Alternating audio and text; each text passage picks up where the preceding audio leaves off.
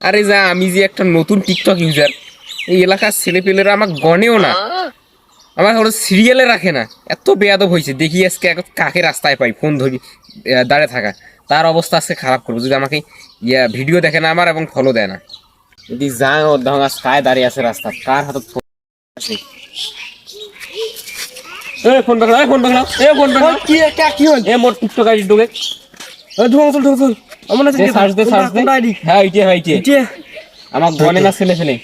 লাভ দে, লাভ দে, লাভ দে, দেখ লাভ দে। কিছু অবস্থা খারাপ আছে আজকে। আমি নতুন ইউজার, আমাকে গনিস না না।